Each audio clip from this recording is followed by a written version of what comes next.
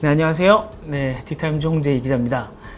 이번 시간에는 니콜라라는 회사에 대해 한번 다뤄보도록 하겠습니다. 테슬라 주가가 폭등하던 시기에 니콜라도 주가가 폭등을 했다가 다시 폭락을 해서 굉장히 많은 주목을 받았던 회사입니다. 포드 자동차를 넘어서서 엄청난 기사가 쏟아졌었습니다. 이제는 주가가 다시 내려와서 지금 현재 35달러 수준인데요. 시가총액이 126억 달러, 약 15조 원으로 여전히 꽤 높은 상황입니다. 지난 시간까지 저희가 테슬라에 대해서 다뤘었는데요. 테슬라랑 공통점이 굉장히 많은 회사가 니콜라입니다.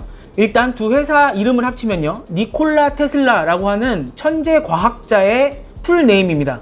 직류 전기를 보급했던 에디슨에 맞서서 교류 전기를 보급해서 전기의 대중화에 앞섰던 인물이 바로 니콜라 테슬라라는 분입니다. 그 다음에 테슬라랑 니콜라 같은 경우에 미래 성장 가능성 때문에 주가가 엄청나게 폭등했다는 것도 좀 비슷하고요. 판매량이 아직 메이저 자동차 제조사의 한 10분의 1 정도밖에 안 되는데 시가총액 1위에 오른 테슬라, 아직 트럭 판매는 시작도 안 했는데 100년 된 기업인 포드 자동차의 시총을 넘어섰던 니콜라, 두 회사의 공통점을 보시면 될 것 같습니다. 만약 니콜라가 정말 자신들이 계획했던 대로 사업이 진행이 된다면 또 테슬라의 최대 라이벌이 될 수 있다라고 주목받는 회사가 바로 니콜라입니다. 왜냐면은 테슬라는 자가용을 제외한 대형차 시장 자체를 니콜라한테 빼앗길 수도 있다는 얘기입니다. 니콜라의 계획대로라면요.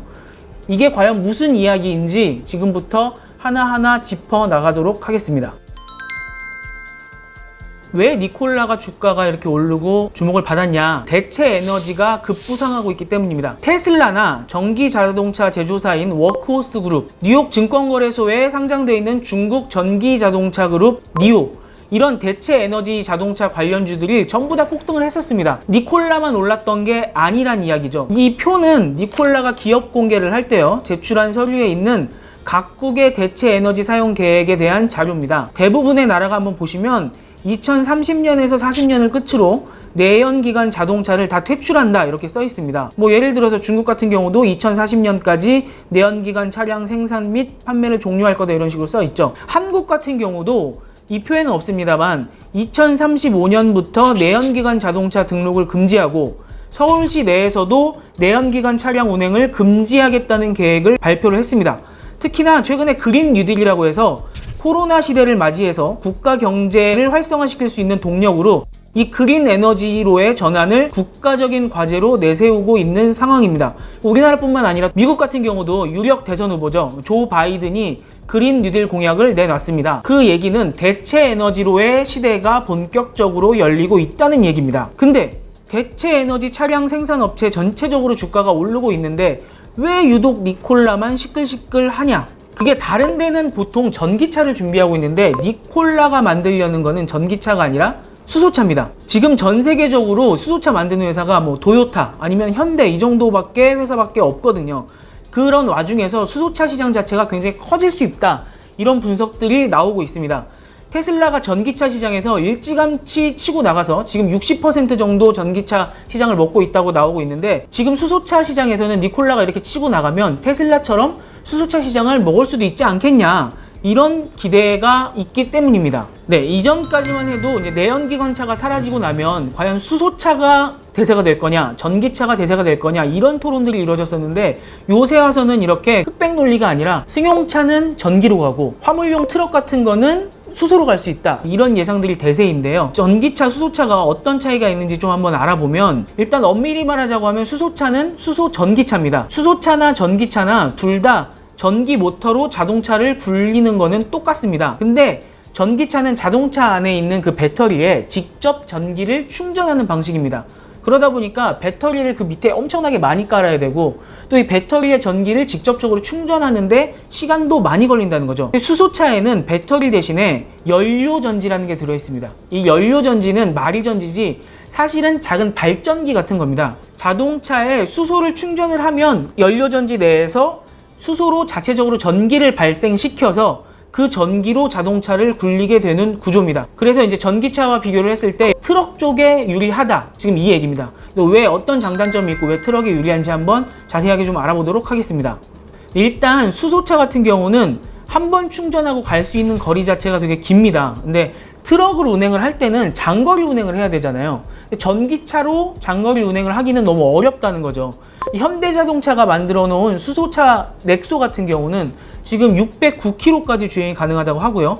니콜라 트럭은 최대 1200km까지 주행이 가능하다, 이렇게 이야기를 하고 있습니다. 그 다음에 충전 시간 자체도 수소차가 훨씬 짧습니다. 트럭이 장거리 배송을 할 때는 한 번 충전하고 목적지까지 갈 수 없는 경우가 많아요. 특히 미국이나 중국 같은 경우는 땅덩어리가 워낙 넓기 때문에 아무리 1회 충전 후 뭐 1000km를 간다고 해도 끝까지 못 간다는 얘기죠. 그럼 화물 운송을 할 때는 시간이 생명인데 배터리 충전 한번 하려고 1시간 기다리고 이렇게 할 수가 없다는 거죠. 근데 수소차는 뭐 5분 아니면 10분 정도면은 충전이 끝납니다. 기름 충전하는 거랑 비슷하다는 거죠. 그럼 이렇게 장점이 있으면 그냥 전기차 안 쓰고 전부 다 수소차로 가면 되지, 왜 자가용은 수소차가 안 된다는 거냐? 그거는 수소차를 만들고 운영하는데 단점이 좀 있어서인데요. 그 단점이 뭐냐? 일단 주유소처럼 수소 충전소가 있어야 되는데 이 수소 충전소 구축 비용 자체가 굉장히 비쌉니다.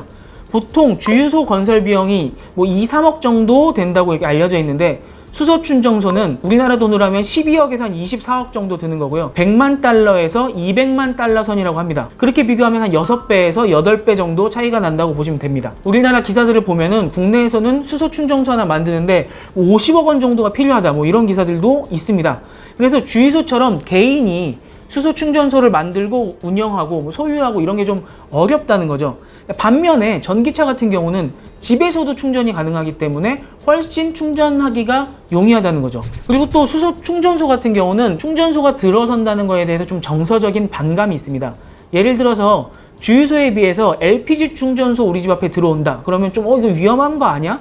좀 꺼리는 감정들이 있거든요. 근데 수소 충전소 같은 경우도 뭐 수소가 폭발하면은 엄청 큰 폭발이 일어난다, 좀 이런 두려움 때문에, 물론 그런 위험은 없게 다 설계를 하고 만들겠지만 좀 정서적인 반감이 있어서 주택 밀집 지역이나 이런데 짓기가 좀 어렵다는 거죠. 그래서 주로 수소 충전소를 만들 때는 좀 외곽 지역 이런데 만들 수밖에 없다라는 게 지금 분석들입니다. 결국 주행거리가 자가용보다 길어야 되고, 자가용에 비해서 이 주행하는 루트 자체는 좀 단순한 화물차 같은 경우에는 수소차가 전기차보다 유리하다, 좀 이런 분석들이 지금 나오고 있는 겁니다. 그래서 니콜라의 전략은 지금 방금 말씀드렸던 이 장단점을 철저히 파고드는 방식입니다.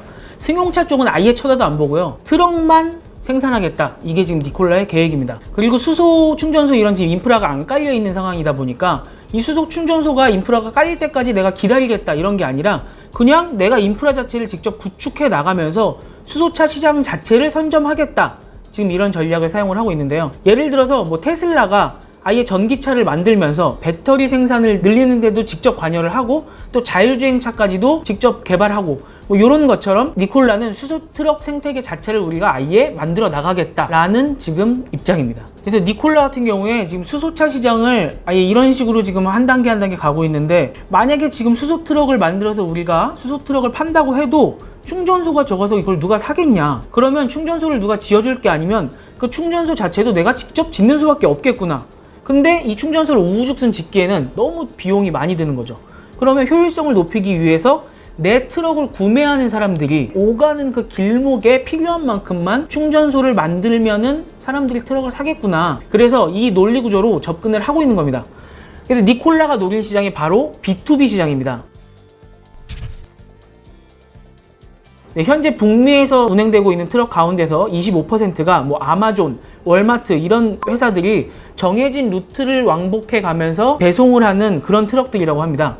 근데 이런 기업들을 초기 타겟으로 삼아서 정해진 루트의 딱 길목에 수소 충전소를 건설하겠다는 거죠. 그러면 그걸 산 고객들은 불편함이 없을 테니까요. 아직 첫 트럭도 출시를 안 했는데요. 현재 14,000대가 예약이 됐다고 합니다. 버드와이저로 유명한 세계 톱3 맥주 회사 애나이저부시가 800대 지금 트럭을 예약해놨다고 합니다. 그래서 첫 번째 공략 포인트는 B2B 시장을 노린다는 거고요. 두 번째는 임대 모델이라는 건데, 이게 뭐냐면 니콜라가 만드는 트럭은 클래스 8 트럭이라고 해서 지금 표에 보시는 것처럼 미국 트럭들을 보면은 클래스 1이 이제 작은 경트럭부터 클래스 8 대형 트럭까지 이렇게 나눠져 있습니다.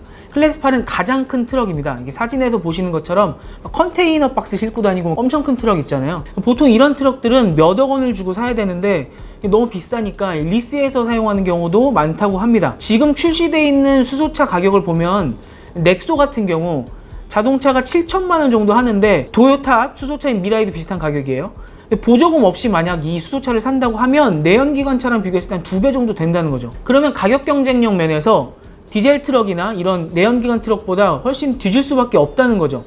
근데 니콜라 입장에서는 지금 현재 차를 팔고 있는 그런 자동차 회사가 아니라 벌어야 되는 회사잖아요. 그러면은 뭐 2030년, 2040년이 돼서 내연기관차가 아예 못 나오고 그때는 전기차나 수소트럭만 나올 때까지 기다릴 수 있는 상황이 아니라는 거죠. 네, 그래서 니콜라가 머리를 한번 굴려본 거죠. 자동차 구입비, 그 다음에 유지비, 기름값 이런 게 포함된 총 비용을 총 소유 비용이라고 하는데요. 이 비용을 계산해 보니까 디젤 트럭 같은 경우는 절반이 기름값이라는 겁니다. 근데 수소는 기름값보다는 훨씬 싸다는 거죠. 그래서 한번 수소를 충전하는 이 비용을 이용해서 계산기를 두드려 보자 라고 한번 계산을 해본 겁니다. 그래서 예를 들어서 만약 이 니콜라 트럭을 예약을 해놓은 버드와이저 입장에서 생각을 해본다고 하면 디젤 트럭 같은 경우에 1마일을 굴리는데 유지비가 0.21달러 정도 들고요. 차를 구입하거나 리스하는 그 차값이 0.26달러, 기름값이 0.5달러 정도 들기 때문에 다 합치면 0.97달러가 든다고 합니다. 근데 니콜라는 1마일당 이 총 소유 비용을 0.95달러에 맞춰서 리스를 해준다는 거예요. 추가적으로 설명을 드리면은 니콜라 입장에서는 수소 충전 비용뿐만 아니라 수소 충전소 건립 비용까지 다 포함해서 산정한 게 0.95달러라고 합니다. 한마디로 자기네들이 전체 운영 비용 면에서는 오히려 돈이 적게 드니까 회사 입장에서는 당장 수소 트럭 리스에서 쓰는 게 훨씬 더 경제적이라는 겁니다. 지금 여기까지가 이제 니콜라가 수소 트럭 시장을 선점을 하고 아예 생태계 자체를 본인들의 판으로 깔겠다 라고 하는 그 전략의 본질이라고 보시면 될 것 같고요. 아이디어 자체로 보면은 상당히 좋은 것 같죠. 그리고 테슬라도 전기차만 만들다 보면 대형차 시장은 니콜라한테 다 뺏길 수도 있겠다, 뭐 이런 좀 생각도 들기도 합니다. 근데 문제는 과연 이 전략이 실제 말처럼 될 거냐. 니콜라의 좀 이슈를 짚어본다고 하면 첫째로 니콜라가 공언했던 만큼 그 정도의 퀄리티, 그 정도 가격의 트럭이 출시가 될 수 있을 거냐 라고 하는 게 첫 번째고요. 두 번째로는 수소 충전소를 충분히 많이 건립을 해서 정말 싼 가격에 수소를 충전해 줄 수 있을 거냐, 이게 좀 문제일 겁니다. 근데 세 번째는 이 첫 번째와 두 번째 충전소와 트럭이 언제 그러면은 나와서 시중에 나와서 돈을 벌 수 있느냐라는 걸 겁니다. 그래서 1편에서는 이 전략들에 대해서 알아봤다고 하면 2편에서는 니콜라가 정말로 이것들을 현실적으로 언제 구현해낼 수 있을 것인가에 대해서 한번 알아보도록 하겠습니다. 네, 지금까지 1편 봐주셔서 감사하고요. 저희 티타임즈 채널 구독과 좋아요 꼭 부탁드립니다. 감사합니다.